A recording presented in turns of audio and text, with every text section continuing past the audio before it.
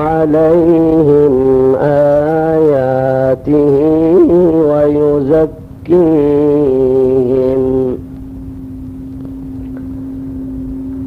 ويعلمهم الكتاب والحكمة وإن كانوا من قبل لفي ضلال مبين هو الذي بعث في الأميين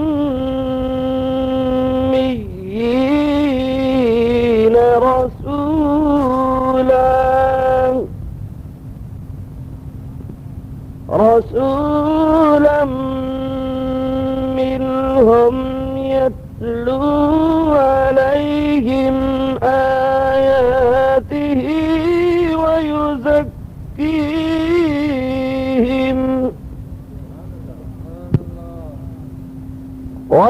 ويعلمهم الكتاب والحكمة وإن كانوا من قبل لفي ضلال مبين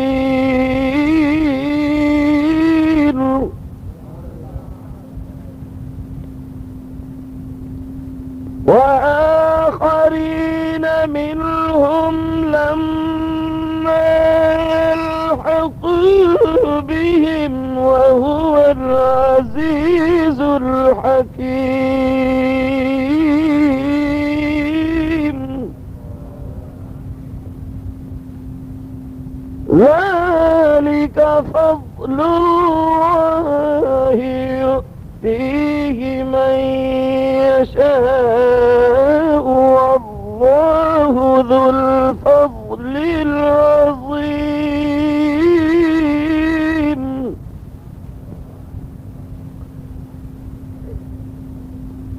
ذلك فضل الله يؤتيه من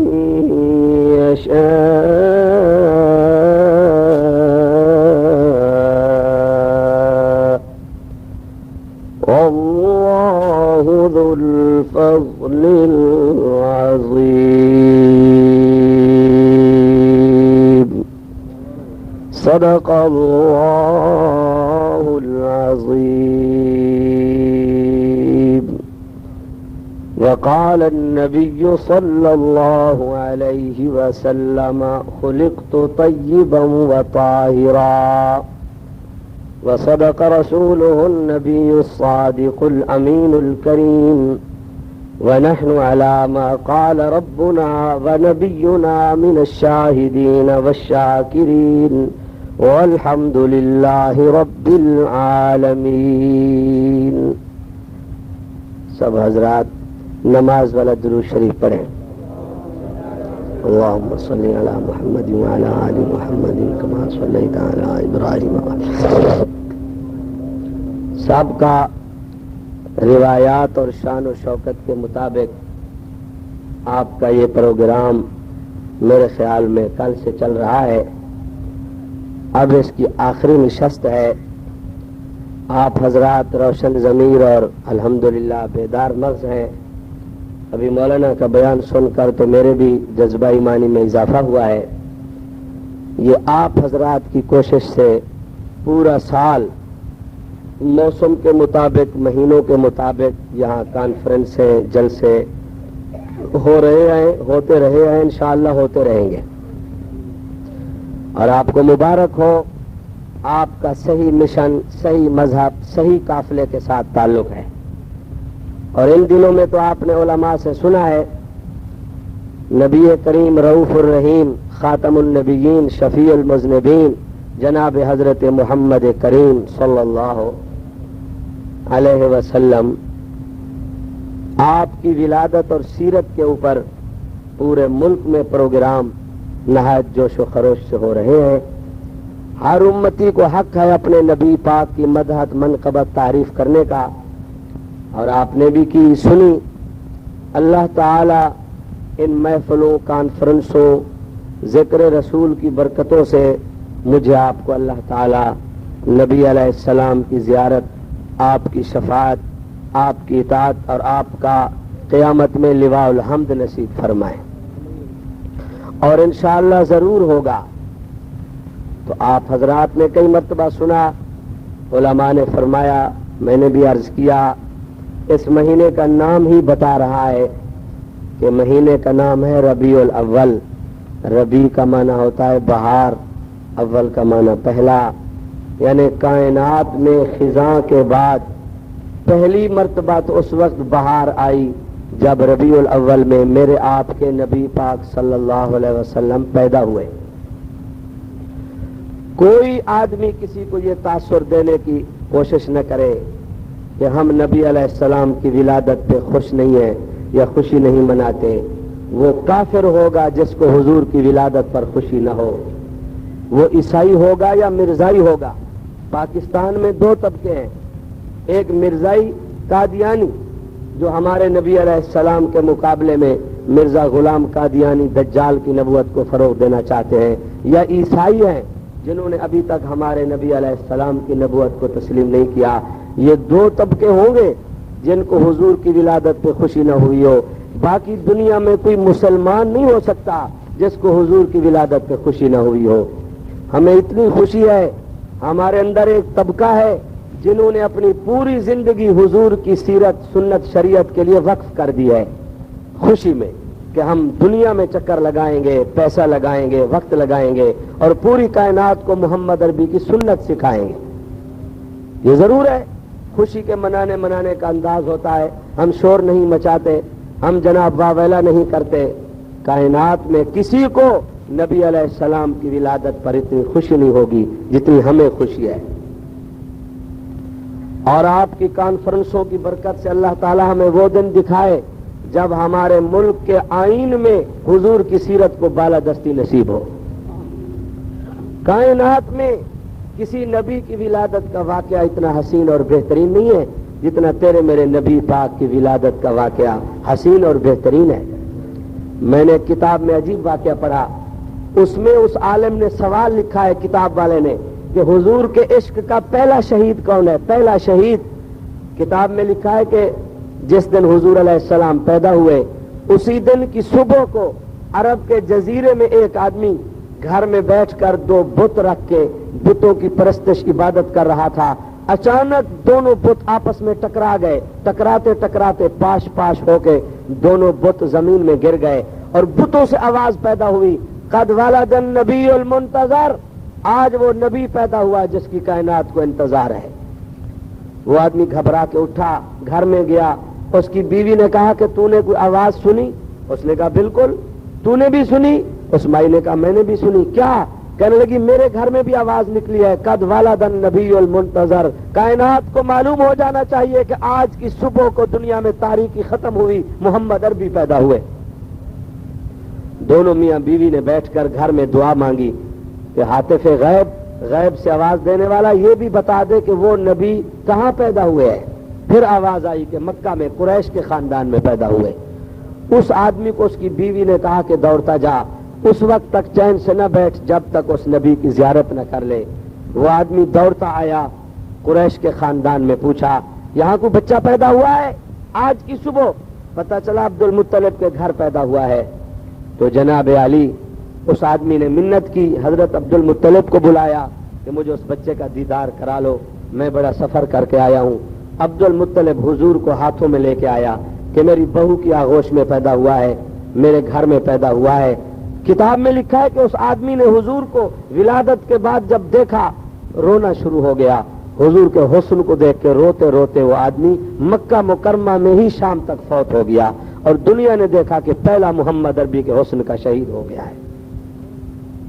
تو اللہ تعالیٰ پوری دنیا کو توفیق نصیب فرمائے، جس طرح ہم قرآن حدیث کے مطابق حضور کی ولادت کو، آپ کی سیرت کو مانتے ہیں، صحیح معنی میں ہم مانتے ہیں نبی علیہ السلام پیدا ہوئے۔ پیدا ہونا بشر کی صفت ہے، انسان کی صفت ہے۔ نور کسی قسم کا بھی ہو وہ پیدا نہیں ہوتا۔ کسی قسم کے نور کی آپ نہ والدہ بتا سکتے ہیں نہ والد بتا سکتے ہیں، صرف انسان کی صفت ہے جو پیدا ہوتا ہے۔ بشر کی صفت ہے جو پیدا ہوتا ہے. بشر کی اماں بھی ہوتی ہے, ابا بھی ہوتا ہے. اور جناب علی قیامت تک لوگ جلسے کرتے رہیں, کانفرنس سے منعقد کرتے رہیں, اس وقت تک قبول نہیں ہوں گے جب تک محمد عربی کی بشریت کو تسلیم نہیں کریں گے. باقاعدہ حضور کے والد کے نکاح کا فلسفہ ہے. حدیث میں واقعہ آیا ہے کہ حضرت عبداللہ مکہ مکرمہ کی گلی میں تشریف لا رہے تھے. ایک عورت حضرت عبداللہ کو آتے ہوئے دیکھ رہی تھی. جب آپ قریب آئے تو اس عورت نے آواز لگائی, ما یا عبداللہ, عبداللہ ٹھہر جائیے, ٹھہر جائیے. حضرت عبداللہ ٹھہر گئے. حدیث میں ہے کہ اس عورت نے حضرت عبداللہ کو منت کی کہ آپ میرے ساتھ نکاح کریں. نکاح نہیں کرنا. عرب شریف میں اب بھی نکاح میں تکلف نہیں ہے, زنا میں تکلف ہے. نکاح میں شرم نہیں, زنا میں شرم ہے. پاکستان میں نکاح میں تکلف ہے, زنا میں کوئی تکلف نہیں. زنا عام ہو رہا ہے. آپ دیکھ لیں کہ یہاں کیا ہو رہا ہے. جیسے مولانا نے فرمایا, ایک ہفتے میں 4 جہاز گر پڑے, 4 جہاز, اور ایک جہاز ابھی تک سواریوں سمیت غائب ہے. نہ گورنمنٹ کو پتا ہے, نہ ان کے ورثاء کو پتا ہے. وہ بھی مسلمان تھے جن کو نہ جنازہ نصیب ہوا, نہ قبر, نہ کفن, نہ دفن نصیب ہوا.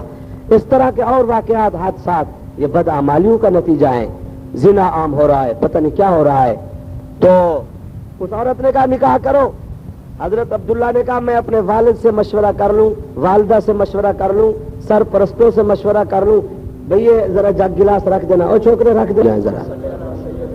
یہ کربلا سے آئے ہیں, پیاسے بیٹھے, پانی پلا رہا ہے, محفل کا پتہ نہیں ہے اس کو. تو حضرت عبداللہ کو مکہ کی اس عورت نے منت کی کہ میرے ساتھ نکاح کرو. حضرت عبداللہ نے کہا میں اپنے والد سے, والدہ سے مشورہ کروں, ان سے اجازت چاہوں. ٹھیک ہے نا بھائی, شادی کے لیے ماں باپ کی اجازت ہونی چاہیے نا. لیکن یہ پہلے کی بات ہے, اب کی بات نہیں. اب ماڈرن دور ہے, جہاں دا لگے لگا لو. حضرت عبداللہ نے کہا میں مشورہ کر لوں. چند ماہ گزر گئے. ایک دن آپ مکہ کی گلی سے گزر رہے تھے, وہی عورت کھڑی تھی. حضرت عبداللہ نے پہچان لیا کہ یہی عورت ہے جس نے چند ماہ قبل مجھے منت کی کہ شادی کرو. حضرت عبداللہ نے کہا تو وہی عورت ہے جس نے مجھے کہا تھا کہ مجھ سے نکاح کر. کہنے لگی بالکل میں وہی عورت ہوں.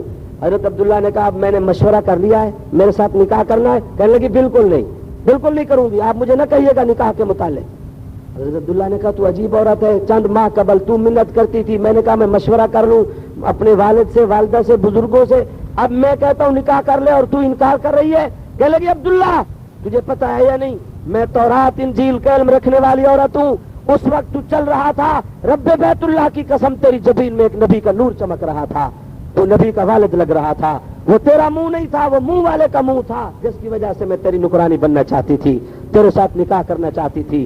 آج میں دیکھ رہی ہوں تیری جبین میں اس نبی کا نور نہیں ہے, وہ کسی خوش نصیب عورت کے شکم میں منتقل ہو چکا ہے. اب مجھے نکاح کرنے کی تیرے ساتھ کوئی ضرورت نہیں ہے. حضرت عبداللہ نے کہا شاباش, بالکل پہچانا, میرا نکاح بیوی آمنہ کے ساتھ ہو چکا ہے. وہ رو پڑی, کہنے لگی سلام کرتی ہوں آمنہ کی عظمت کو. کوئی کسی کی ماں بنی, کوئی کسی کی اماں بنی, کوئی کسی کی اماں بنی, کسی کی شکم میں عالم ہے, ولی ہے, محدث ہے, مبلغ ہے, مجاہد ہے, مفکر ہے, محرخ ہے, فلاح ہے. فرما خوش نصیب ہے وہ عورت جس کے شکم میں اللہ کا محبوب محمد رسول اللہ ہے. تو یہ حضور کے والد کے نکاح کا فلسفہ ہے جو اکثر آپ سنتے ہیں. آج بھی ہم یہی عرض کرتے ہیں, انسان وہی بنے گا, صحیح انسانیت اسی کو نصیب ہوگی جس کو محمد سید البشر کے ساتھ تعلق ہوگا. قرآن میں 13 آیتیں ہیں, جب تک نبی کی بشریت کو تسلیم نہیں کرو گے نہ میلاد قبول ہوگا, نہ جلسے قبول ہوں گے. یہ لوگوں کے چندے ضائع کیے جا رہے ہیں. عشق رسول قبول نہیں ہے. عشق رسول اسی کا قبول ہوگا جس کا قرآن کے معیار کے مطابق ہوگا یا محمد عربی کے فرمان کے معیار کے مطابق ہوگا. ہمارے نبی علیہ السلام اسی مہینے میں پیدا ہوئے, دنیا میں بہار آ گئی. میں نے پہلے بھی عرض کیا تھا, خزاں تھی, کتاب میں لکھا ہے جہالت اتنی تھی, جب ایک آدمی عرب میں فوت ہو جاتا تھا, اس کے بیٹے اس کی پراپرٹی کو, جائیداد کو تقسیم کرتے تھے. اپنی اماں کو کہتے تھے کہ اماں تو بھی تو ہمارے ابا کی جائیداد ہے, ہم نے ابا کے مکان, اس کے سامان, اس کی دکان, اس کے تمام اسباب کو ہم نے تقسیم کیا, تجھے تو تقسیم نہیں کیا.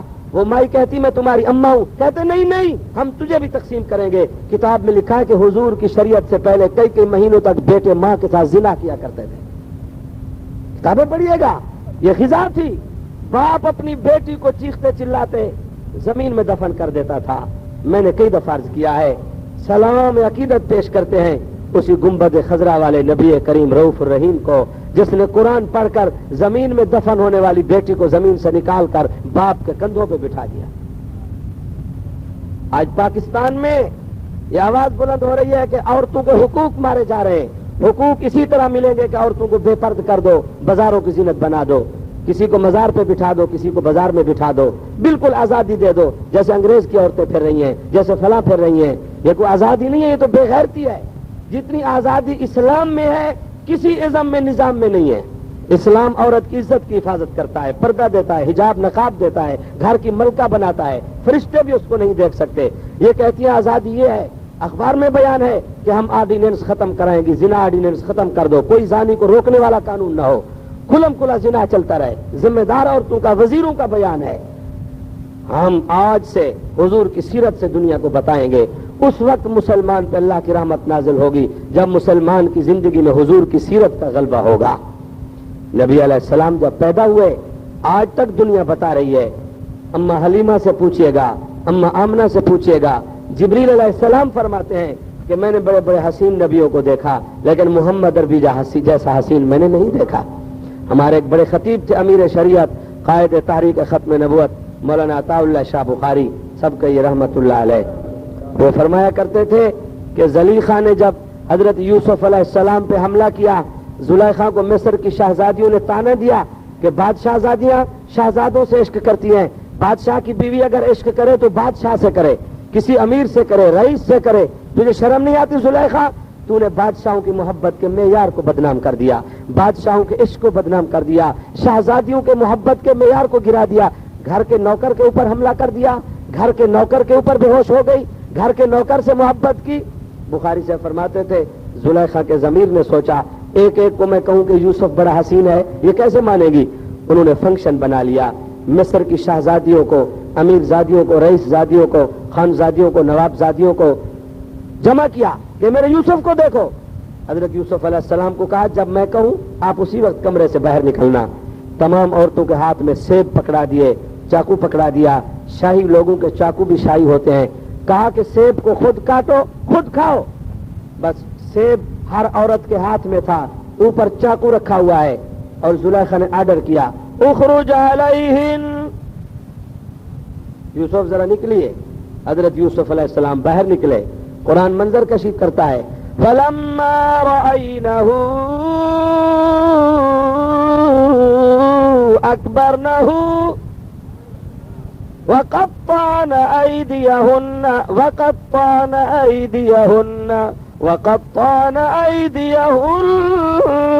وقلن حاش للہ ما هذا بشرا إن هذا إلا ملك كريم.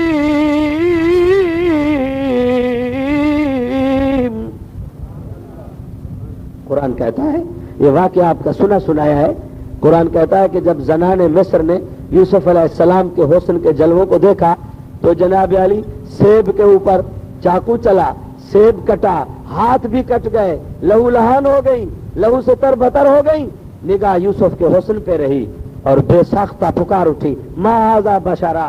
عورت کا عقل تھوڑا ہوتا ہے, عورت کا عقل محدود ہوتا ہے, عورت کا عقل محدود ہوتا ہے, تھوڑا ہوتا ہے, ناقص عقل ہوتا ہے حدیث کے مطابق. ٹھیک ہے نا بھائی, آپ نہ گھبرائیے. پہلے دور کے عورتوں کی بات کر رہا ہوں میں, اب کی نہیں. اب تو مرد بے وقوف ہیں, عورتیں سب سے آگے چلی گئی ہیں. میں پہلے دور کی بات کر رہا ہوں. عورتوں کو نبی کا حسن ہضم نہ ہوا. اب تو دور ہی عورتوں کا ہے. آپ کو کیا پتا ہے, آپ نہ سیاست کر سکتے ہیں نہ کوئی کام کر سکتے ہیں. چند دنوں کے بعد تمام مرد ریٹائر ہو جائیں گے جی. اور بڑی عزت ہے آپ کی. مدینہ شریف میں ایک دکان پہ بیٹھا تھا, میں نے پوچھا کیف ھذا الثوب کم فلوس کم ریال, یہ کپڑا کیسے ہے, پیسے کتنے ہیں, کیا ہے. اس نے مجھے دیکھ کے کہا میں نئی البلد, میں نئی الملک. میں نے کہا من الپاکستان.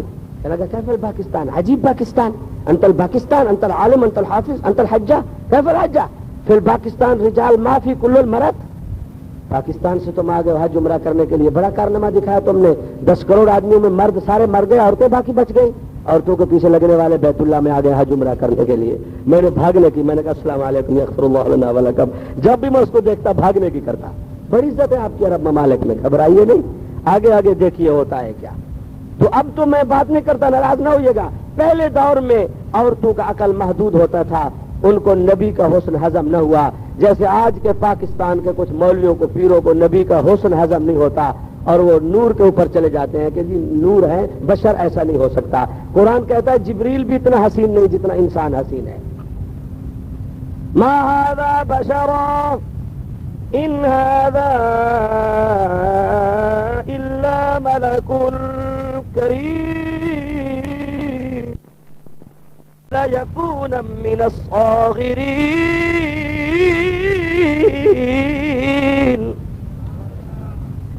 خیر یہ تو واقعہ طویل ہو جائے گا، عرض کرنے کا مقصد یہ تھا کہ بخاری صاحب فرمایا کرتے تھے زلیخا نے مصر کی شہزادیوں کو جمع کیا کہ میرے یوسف کو دیکھو، فرمایا اللہ نے بیت المقدس میں 1.25 لاکھ نبی کو جمع کیا کہ آؤ میرے محبوب محمد عربی کو دیکھو، میرے نبی کا حسن دیکھو۔ تذکرہ رسول کی محفلوں کی برکت سے آپ کو اللہ تعالیٰ مکہ مدینہ لے جائے۔ آج آپ حضور کی ولادت سن رہے ہیں، آپ دیکھ کے آئیں، بیت اللہ کے قریب ایک جگہ ہے، خدا بھلا کرے حرمین الشریفین کے خادم شاہ فہد کا، جس نے لکھوا دیا ہے، اس حجرے میں اب لائبریری بنا دی ہے، اس نے لکھ دیا ھذا مولد النبی صلی اللہ علیہ وسلم۔ پاکستان اور ہندوستان اور دنیا میں ربیع الاول میں آمنہ کے لال کی ولادت کے تذکرے سننے والے عاشقوں، یہی جگہ ہے جہاں تمہارے نبی ربیع الاول میں پیدا ہوئے تھے، 12 کو یا 9 کو پیدا ہوئے تھے۔ میں نے دیکھا ہے کہ لوگ اسی جگہ جی بھر بھر کے رو لیتے ہیں کہ یہ وہی جگہ ہے جہاں حضور پیدا ہوئے تھے۔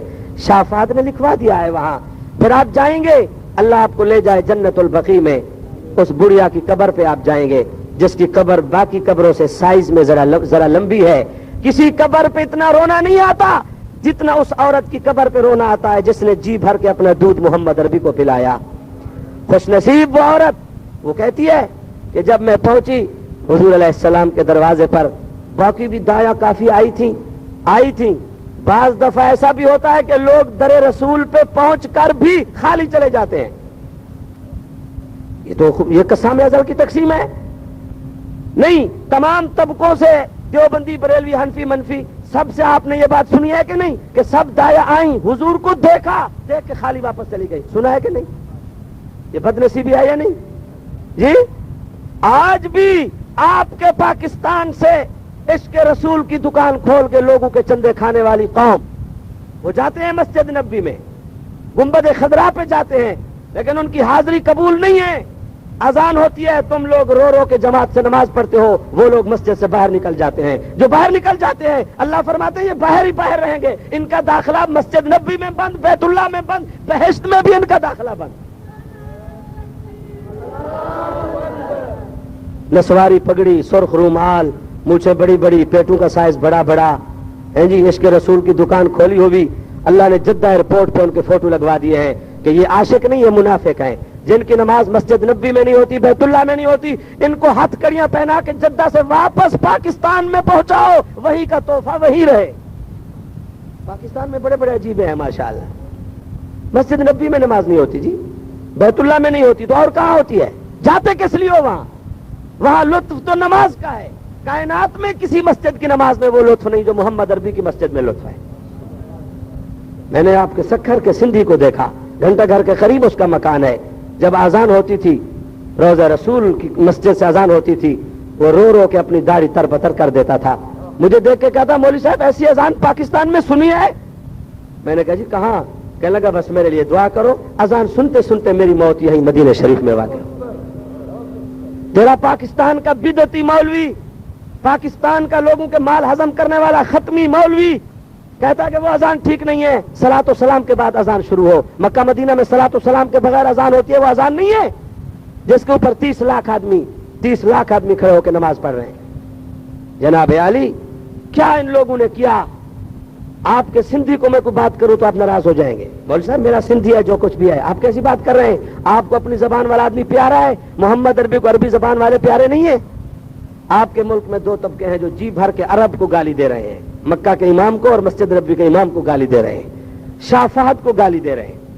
میں نے وہاں پوچھا 25 رمضان کی شب حرم نبوی میں قائد ملت اسلامیہ مفتی ابن مفتی مولانا فضل الرحمان بھی ساتھ تھے، وہ گواہ ہیں۔ ہم نے ایک مدینے کے حکمران سے پوچھا ایک آفیسر سے پوچھا کہ شاہ فہد کی بات سناؤ. کہنے لگا ابھی ابھی کا ایک عجیب واقعہ ہے. رمضان سے پہلے شعبان میں شاہ فہد نے میٹنگ بلائی, کارنر میٹنگ, اور وزیر تعمیرات کو بلایا, آفیسروں کو بلایا. کہنے لگا میں آفیسر فلاں نام والا میں بھی شامل تھا. شاہ فہد نے کہا کہ میری ایک تجویز ہے اگر تم عمل کرو. ہم نے کہا فرمائیے. شاہ فہد نے کہا کہ روضہ رسول کے ارد گرد جتنی بلڈنگیں ہیں ان سب کو گرا دو, ان کا خرچہ میں جیب سے ادا کروں گا. آپ نے خیرپور, کراچی, پشاور, لاہور کی بلڈنگیں دیکھی ہیں, مکہ مدینہ کی جنہوں نے دیکھی ہیں بلڈنگیں, ان سے پوچھو. کائنات میں کوئی مکان اتنا حسین نہیں جتنا مکہ مدینہ کے مکان حسین ہیں. کائنات میں کوئی شہر اتنا حسین نہیں جتنا مکہ حسین ہے یا مدینہ حسین ہے. 50 منزلہ فلک دوز بلڈنگیں, چپ سنگ مرمر لگا ہوا. کہنے لگا گرا دو ان کو. آفیسر کہتے ہیں ہم نے کہا شاہ صاحب بادشاہ سلامت کیوں گرا دیں, خیر ہے.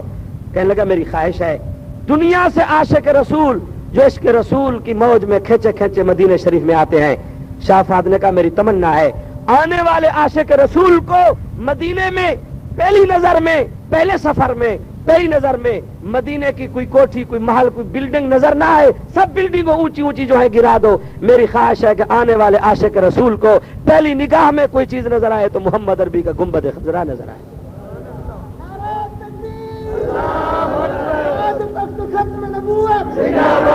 آپ کے یہاں عربیوں کو گالیاں دی جاتی ہیں اور جناب علی شاہ فہد کو گالی دی جاتی ہیں. ہمیں تو ان سے تکلیف ہے. میں عرض یہ کر رہا تھا کہ جناب علی نبی کریم رؤوف الرحیم کہیے صلی اللہ. شاہ صاحب فرماتے تھے کہ جناب علی زنان مصر نے یوسف کو دیکھا, ہاتھوں کے ٹکڑے کر دیے. اس ابو بکر عمر سے پوچھو جنہوں نے میرے محمد عربی کو دیکھا دل جگر کے ٹکڑے کر دیے. سنا نہیں تم نے؟ حضرت زید, ایک صحابی جو زید مشہور ہیں, گھومتے گھامتے حضور کی بارگاہ میں پہنچے, آپ کے مدرسے میں داخلہ لے لیا. والدہ کی طبیعت اداس ہوئی, اس کے والد کو کہا, زید کے والد کو, جاؤ میرے بیٹے کو لے آؤ. اماں کو تو بیٹے کے بغیر قرار نہیں آتا نا, بیٹے کو تو چین آ جاتا ہے اماں کے بغیر. کہتا ہے کب مرے گی بڑھیا, گھر میں کھانسی کر رہی ہے, بلغم ڈال رہی ہے, پتہ نہیں تباہ کر دیا اس نے ہیں جی فلاں فلاں. تو اماں کو بیٹے کے بغیر چین نہیں آتا. جاؤ میرے بیٹے کو لے آؤ. حضور علیہ السلام کی بارگاہ میں پوچھتے پاچھتے حضرت زید کے والد پہنچے. حضرت زید بارگاہ نبوت میں بیٹھ کے قرآن کی تلاوت فرما رہے تھے. تو جناب علی حضرت زید نے دیکھ لیا میرے ابا آ گئے, تو حضرت زید کے والد پہنچ گئے. تو حضرت زید کو کہا کہ چلو تیری اماں بڑی پریشان ہے, چلو گھر میں چلو. حضرت زید نے کہا کہ حضور علیہ السلام سے اجازت لے لو تب میں چلوں گا. شاگرد کی چھٹی استاد سے لی جاتی ہے, استاد سے چھٹی لو. حضور کو حضرت زید کے والد نے کہا کہ جناب اس کو اجازت دیجئے, گھر سے بھاگ کے آیا, میں اس کو لے جاؤں گا, اس کی والدہ بڑی پریشان ہے. حضرت زید کو حضور نے کہا زید چل تیرا والد آیا ہوا ہے, گھر میں جا, تیرے گھر والے پریشان ہیں. حضرت زید نے کہا یا رسول اللہ خدا کے لیے مجھے اپنی بارگاہ سے چھٹی مت دیجئے, اللہ کی قسم میں والدہ کے بغیر مجھے سکون مل سکتا ہے, ابا کے بغیر سکون مل سکتا ہے, محمد عربی کے بغیر مجھے سکون نہیں ہو سکتا. میں نہیں جانا چاہتا حضور. کائنات میں کسی بیٹے کو اماں کی آغوش میں وہ سکون نہیں ملا ہوگا جو زید کو محمد کی آغوش تربیت میں سکون ملا ہے. دریائے رحمت جوش میں آیا. حضور علیہ السلام حضرت زید کو لے کے جناب علی بیت اللہ میں آئے اور فرمایا یا اللہ دیکھ لے, زید نے اتنی محبت کا اظہار کیا ہے, آج کے بعد میں محمد عربی بھی زید کو اپنا بیٹا بناتا ہوں. اللہ نے کہا محبوب مبارک ہو تجھے, کسی صحابی کا نام اتنی وضاحت سے قرآن میں نہیں لیتا جتنا تیرے زید بیٹے کا نام لیتا ہوں. فَلَمَّا قَضَى زَيْدٌ مِّنْهَا وَطَرًا زَوَّجْنَاكَهَا لِكَيْ لَا يَكُونَ عَلَى الْمُؤْمِنِينَ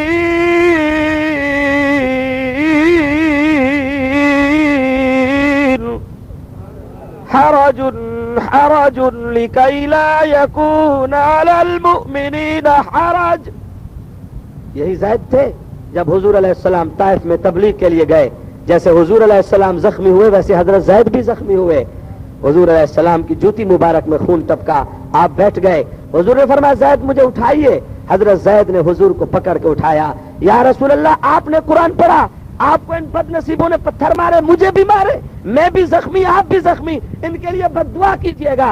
حضور نے فرمایا زید میں بد دعا والا نبی نہیں, میں دعاؤں والا محمد عربی ہوں. حضور اٹھتے آئے اور فرمایا یا اللہ دیکھ لے تیرا محبوب نبی زخمی ہے, میرا ساتھی زید بھی زخمی ہے، یا اللہ اسی حالت میں تو راضی ہے تو میں محمد بھی راضی ہوں، میں تبلیغ کروں گا۔ حضور نے دعا فرمائی، آج جا کے دیکھ لیجئے گا کتنا سرسبز ہوا طائف میرے محمد کی دعاؤں سے۔ یہ نبی کی دعاؤں سے دنیا چل رہی ہے، ورنہ پتہ نہیں کیا سے کیا ہوتا۔ میں نے آپ کو سنایا ہوگا کہ ختم نبوت ایک ہفتہ روزہ ہمارا رسالہ چلتا ہے، پوری دنیا میں چلتا ہے۔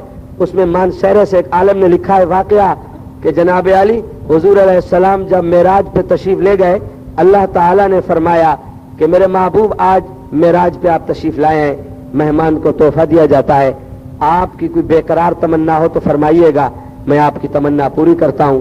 آپ سے مجھ سے اللہ تعالیٰ پوچھ رہے کوئی تمنا ہو تو آپ اور ہم کہیں گے یا اللہ ایک تمنا تو یہ ہے کہ ایک دفعہ MNA بنا دے، ہمیں MP تو ضرور بنا دے، 2-4 کوٹھیاں 2-4 کاریں، ایک آدھ دفعہ وزیر بھی ہم ضرور بن جائیں۔ میں اپنی بات کر رہا ہوں، آپ تو نیک لوگ ہیں۔ حضور علیہ السلام سے اللہ نے پوچھا کوئی تمنا ہے تو فرمائیے، پہلی ملاقات میں تو حضور علیہ السلام نے فرمایا یا اللہ تمنا یہ ہے میدان قیامت میں اگر میری امت کے عیبوں اور گناہوں کے دفتر کھولے جائیں تو میری تمنا ہے کہ باقی امتوں کو میری امت کے گناہوں کا پتہ نہ چلے، کہ جس امت کو تو نے خیر امت کہا وہ دوسری امتوں کی نگاہ میں رسوا نہ ہو جائے۔ آج آپ دیکھ لیں امت کیا کر رہی ہے، جیسے مولانا نے اشارہ فرمایا، زبان کا جھگڑا، خاندان کا جھگڑا، قوم کا جھگڑا، قبیلے کا جھگڑا، کیا لڑائی کیا جھگڑا، مسلمان کس طرح مر رہے ہیں، مسلمانوں پہ ذلت مسلط ہو رہی ہے۔ کیا ہو رہا ہے؟ کبھی مسلمان وہ تھا جس سے ساری دنیا گھبراتی تھی، ڈرتی تھی، جن صحابہ کی تاریخ آپ پڑھ رہے ہیں۔ جناب علی حضور علیہ السلام نے یہی فرمایا، اللہ نے فرمایا محبوب تجھے امت اتنی پیاری ہے؟ فرمایا بالکل۔ اللہ نے کہا ٹھیک ہے میں قبول کرتا ہوں، تمہاری امت کے اکثر گناہوں کا تجھ محمد عربی کو بھی نہیں پتہ چلنے دوں گا تاکہ تیری طبیعت امت کے گناہوں کی وجہ سے پریشان نہ ہو جائے۔ میں نے آپ کو بتایا تھا علامات قیامت کتاب ہے، اس میں لکھا ہے کہ کسی امت کے ساتھ اللہ تعالی رحم و کرم کا معاملہ نہیں فرمائیں گے جتنا رحم و کرم کا معاملہ اس امت کے ساتھ، محمد عربی کی امت کے ساتھ اللہ فرمائیں گے۔ تو آج بھی حضور وہاں تشریف فرما ہوں گے، ہیں جی عجیب عجیب واقعات رونما ہوں گے۔ ایک آدمی اللہ کے سامنے پیش ہوگا، اللہ فرمائیں گے کوئی عمل ہے، عمل ہے جی، اس نے کلمہ پڑھ رکھا ہوگا، کوئی عمل ہے؟ جیسے مولانا فرما رہے تھے آپ اور ہم پیدا ہوئے اچھے عملوں کے لیے، اب آپ اپنے سے باہر اکثر دنیا کو دیکھ لیں لوگ کیسے اعمال کر رہے ہیں۔ یہ تو چند لوگ ہیں، مسجدوں والے، جلسوں والے، قرآن والے، اکثریت دیکھیں ٹی وی پر، VCR پر، سینماؤں میں، بازاروں میں، پتہ نہیں کہاں کہاں۔ آپ اور ہم عملوں کے لیے پیدا ہوئے۔ کئی دفعہ عرض کیا، قرآن کریم واضح الفاظوں میں بیان کرتا ہے تبارک الذی بیدہ الملک وہو علی کل شیء قدیر الذی خلق الموت والحیاۃ لیبلوکم ایکم احسن عملا۔ اللہ فرماتے میں دیکھ رہا ہوں، میں نے تمہیں زندگی دی، جوانی دی، صحت دی، میں دیکھ رہا ہوں تم میں سے کون اچھے اعمال کر کے مجھے راضی کر کے آتا ہے۔ آنا تم نے میرے پاس ہے، خوشی سے آؤ مجبورا نہ ہو، آنا اللہ کے پاس ہے، میں دیکھ لوں گا۔ پھر آج آپ دیکھ لیں اعمال کی دنیا میں امت کیا کر رہی ہے۔ ایک آدمی ایسا آئے گا، اللہ فرمائیں گے عمل، اس نے کلمہ پڑھ رکھا ہوگا، عمل کوئی نہیں ہوگا، اللہ فرمائیں گے تو دوڑتا جا، وہ جہنم ہے، جہنم میں دوڑتا جا، جہنم کی طرف۔ وہ آدمی دوڑ لگا دے گا، بھاگنے لگ جائے گا، اللہ فرمائیں گے اس کو فرشتے واپس بلاؤ، واپس آئے گا۔ اللہ پاک فرمائیں گے جہنم دوڑنے کی جگہ ہے، تو نے دوڑ لگا دی۔ وہ بڑا ہوشیار ہوگا، کہے گا یا اللہ دنیا میں جلسے بھی سنے، تبلیغی جماعت کی باتیں بھی سنی، لیکن میں نے تیرا حکم نہیں مانا۔ آج میرے ضمیر نے مجھے کہا کہ اللہ نے سامنے کھڑا کر کے حکم فرمایا کہ دوڑ جا جہنم کی طرف۔ چلو جہنم ہے، جنت ہے، جو کچھ ہے تو خدا کا حکم، آج تو مان لوں، بس تیرے حکم کی تعمیل کے لیے دوڑ لگا دی۔ اللہ فرمائیں گے تیرا یہی جذبہ پسند آ گیا، جا تو بہشت میں چلا جا۔ رحمت حق بہانہ میں جو ہے، اسی امت کے ساتھ ایسے معاملے ہوں گے۔ ایک اور آدمی آئے گا، اللہ فرمائیں گے عمل نہیں ہوں گے، کلمہ پڑھ رکھا ہوگا لیکن وہ موحد ہوگا، مشرک نہیں ہوگا، یہ بھی یاد رکھنا، مشرک نہیں ہوگا جناب علی۔ تو اللہ فرمائیں گے عمل، وہ کہے گا عمل تو نہیں ہے، اللہ پاک فرمائیں گے اس کو لے جاؤ، فرشتوں لے جاؤ جہنم کی طرف۔ جیسے پولیس والے حضرات قیدی کو لے جا رہے ہوتے ہیں قید خانے کی طرف، وہ چلتا آگے قدم پیچھے پڑتے ہیں، وہ آدمی چلے گا پھر رک جائے گا، پھر پیچھے دیکھے گا اللہ پاک کی طرف، پھر چلے گا، پھر بریک کرے گا، پھر پیچھے دیکھے گا، پھر چلے گا، پھر رکے گا، پھر پیچھے دیکھے گا۔ اللہ پاک فرمائیں گے اس کو واپس بلاؤ، اس کو واپس لایا جائے گا. اللہ پاک فرمائیں گے تو پیچھے کی طرف کیا دیکھتا تھا؟ وہ کہے گا یا اللہ جلسہ ہو رہا تھا خیرپور میں، مولوی کہہ رہا تھا تیرے قرآن میں ہے وَرَحْمَتِي وَسِعَتْ كُلَّ شَيْءٍ، میری رحمت ہر شے سے بڑی وسیع ہے. تو میں نے کہا شاید تیری رحمت موج میں آ جائے، میرے جیسا گنہگار بھی بخشا جائے. میں تیری رحمت کی طرف دیکھتا تھا.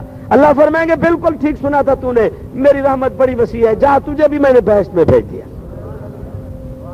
ایک آدمی، صرف ایک آدمی بڑھاپے کی حالت میں اللہ کے سامنے پیش ہوگا. اور میرے بزرگوں اور میرے بھائیوں، بزرگ آدمی، سفید داڑھی ہوگی، سفید بال ہوں گے، اسی صورت میں اللہ کے سامنے پیش ہوگا. اللہ فرمائیں گے کہ عمل پیش کرو، عمل ہے جی. سفید داڑھی والے حضرات بھی بیٹھے ہیں اور حاجی صاحب کو دیکھ کے تو میں بڑا خوش ہو گیا ہوں. ماشاءاللہ اللہ ایسی بہار سب کو نصیب فرمائے. ہاں بھائی اب سر بھی سفید داڑھی بھی سفید، اب کیا کرنا ہے؟ پہلے تو آپ کچھ خیال کرتے تھے، میں بھی سمجھتا ہوں کہ آپ کی گھروں کی مجبوریاں تھیں، اب تو وہ بھی ختم ہو گئی. خیر ایسی کوئی بات نہیں ہے، اب کوئی گڑبڑ نہیں ہوگی، سمجھے نا. مسئلے آپ نے سنے ہوئے ہیں، بس تھوڑا سا داڑھی کو ادھر ادھر کرتے ہیں کہ یہ گھر کی مجبوری ہے، سمجھے نا. گھروں کا مسئلہ بھی چلانا ہے، آخر یہ بھی بڑا نازک مسئلہ ہے. تو جناب علی سفید ریش اللہ کے سامنے پیش ہوگا. اللہ فرمائے گا عمل پیش کر. وہ بوڑھا بابا بڑا ہوشیار ہوگا، اللہ میاں کو دیکھے گا اور مسکرائے گا. اللہ فرمائے گا بولتا نہیں، عمل پیش کر. وہ کہے گا یا اللہ میں کیا بولوں، سنا تو کچھ اور تھا، دیکھ میں کچھ اور رہا ہوں. اللہ فرمائے گا کیا سنا تھا؟ کہ تیرے نبی پاک کا فرمان مولوی سنا رہا تھا کہ سفید داڑھی سے اللہ کو حیا آتی ہے. میری داڑھی سفید ہے، عمل تو ہے نہیں. اللہ فرمائے گا تو نے ٹھیک سنا، تیری سفید داڑھی سے مجھے لحاظ آ گیا، جا تجھے بھی بہشت میں بھیج دیا. یہ اسی امت کے ساتھ ہوگا. آپ نے علماء سے سنا ہے، صحابہ کے عجیب عجیب سوال ہے. ایک صحابی کہتا ہے یا رسول اللہ صلی اللہ، عجیب سوال ہے، یا رسول اللہ میدان قیامت میں 1.25 لاکھ نبی ہوں گے، 1.25 لاکھ نبیوں کی امتیں ہوں گی، ہم آپ کو کہاں تلاش کریں گے جب آپ کی ضرورت پڑے گی؟ ضرورت پڑے گی یا نہیں؟ میں واز کر رہا ہوں، یہ 2-3 مول صاحبان ہنس رہے ہیں، دیکھ لینا کوئی گڑبڑ تو نہیں ہے، کوئی سی آئی ڈی کا آدمی تو نہیں ہے. مہربانی فرمائیں، مذاق کرنی ہے تو باہر تشریف لے جائیں، آپ کے بغیر بھی جلسہ ہو سکتا ہے. یہ کوئی دوسری کمپنی کا آدمی تو نہیں ہے میرے خیال میں. بڑے افسوس کی بات ہے. درود شریف پڑھیے، استغفر اللہ پڑھیے، استغفر اللہ استغفر اللہ. میری نگاہ پورے مجمع پر ہوتی ہے. آپ کو تکلیف ہے تو باہر تشریف لے جائیں، کہیں آپ کی وجہ سے سب پر نحوست نہ پڑ جائے. یہ ہنسنے کی مذاق کی محفل ہے، آپ اسی لیے آئے ہیں. میں عرض یہ کر رہا تھا کہ میدان قیامت میں بھی نبی پاک کی ضرورت پڑے گی یا نہیں پڑے گی؟ میرا دعویٰ ہے ہر چیز کے بغیر گزارا ہے، امت کا نبوت کے بغیر گزارا نہیں ہے، محمد کے بغیر گزارا نہیں ہے. میدان قیامت میں حضور فرماتے ہیں، صحابہ پوچھتے ہیں یا رسول اللہ آپ کہاں ہوں گے، آپ کو کہاں تلاش کریں؟ اللہ اکبر. حضور نے فرمایا میرے صحابہ مجھے اگر تلاش کرنا ہے تو کبھی میں محمد عربی امت کے مسئلے میں کبھی پل صراط میں ملوں گا، کبھی میں میزان پہ ملوں گا، کبھی حوض کوثر پہ ملوں گا. میں محمد عربی ان 3 مقام میں بھاگ رہا ہوں گا کہ میری امت کہیں جہنم میں نہ چلی جائے. کوشش کروں گا تینوں مقامات پر کہ اللہ سے درخواست کرتا جاؤں اور امت کو جہنم سے نکلوا کے بہشت میں داخل کراتا جاؤں. اسی لیے تو قرآن نے کہا ہے لَقَدْ جَاءَكُمْ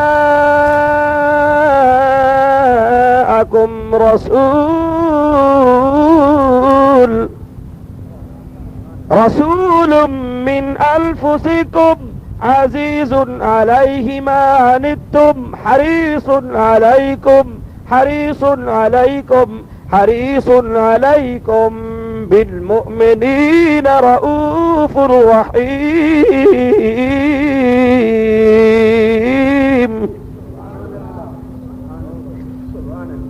آپ کو مبارک ہو، آپ حضرات نے بڑے اطمینان سے صحیح صحیح باتیں سنی، قرآن حدیث سنا. آپ کا اس طبقے سے تعلق ہے جو حق والے ہیں، جو حضور کی نورانیت کو بھی سمجھتے ہیں، حضور کی بشریت کو بھی سمجھتے ہیں. اللہ مجھے آپ کو عمل کی توفیق نصیب فرمائے.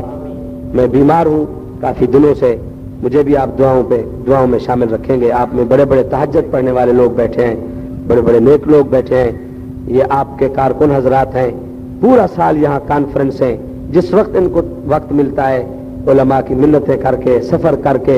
یہ نوجوان بچے ہیں، سپاہی فاروق اعظم ہیں جی، یہ صحابہ کے نام والے بچے ہیں جو کوشش کر کے دن رات انہیں محفلوں کو سجاتے بناتے ہیں. یہ آپ کی دعاؤں سے، آپ کے تعاون سے ہوتا ہے. آپ حضرات اپنے جذبات کو بلند رکھیے گا. دین کا کام کرنا ہے، اس وقت تک سکون سے نہیں بیٹھنا جب تک کہ نبی کی امت میں صحیح معنی نبی کی سیرت صورت نہ آ جائے۔ آپ کی کانفرنس کی کامیابی پر میں آپ کو مبارک دیتا ہوں۔ آپ جاگتے رہے، بھاگتے رہے، دن کو کاروبار کیا، راتوں کو جاگتے رہے، قرآن سنا۔ اللہ تعالی میری آپ کی حاضری کو قبول فرمائے، اللہ تعالی ہم سب کے گناہ معاف فرمائے، اللہ تعالی اس پورے پروگرام کے لمحہ لمحہ کو اپنی بارگاہ میں قبول فرمائے، اللہ تعالی ان بزرگوں نوجوانوں کی محنتوں کو، جذبات کو اللہ تعالی دنیا آخرت کی عزت کا باعث بنائے۔ الحمدللہ رب العالمین الرحمن الرحیم مالک یوم الدین ایاک نعبد و ایاک نستعین اللہم صلی علی سیدنا و مولانا محمد وعلی آل سیدنا محمد وبارک وسلم۔ الہ العالمین رب العالمین ارحم الراحمین، تمہیں تمہاری بے انتہا رحمت کا واسطہ ہم سب کے گناہ معاف فرما دیں۔ یا اللہ دیکھیں اس وقت کچھ ایسے لوگ بھی ہیں جو رات کے حصے میں بری محفلوں میں، گانا بجانا میں، ٹی وی وی سی آر سینماؤں میں، غلط محفلوں میں ضائع ہو رہے ہیں۔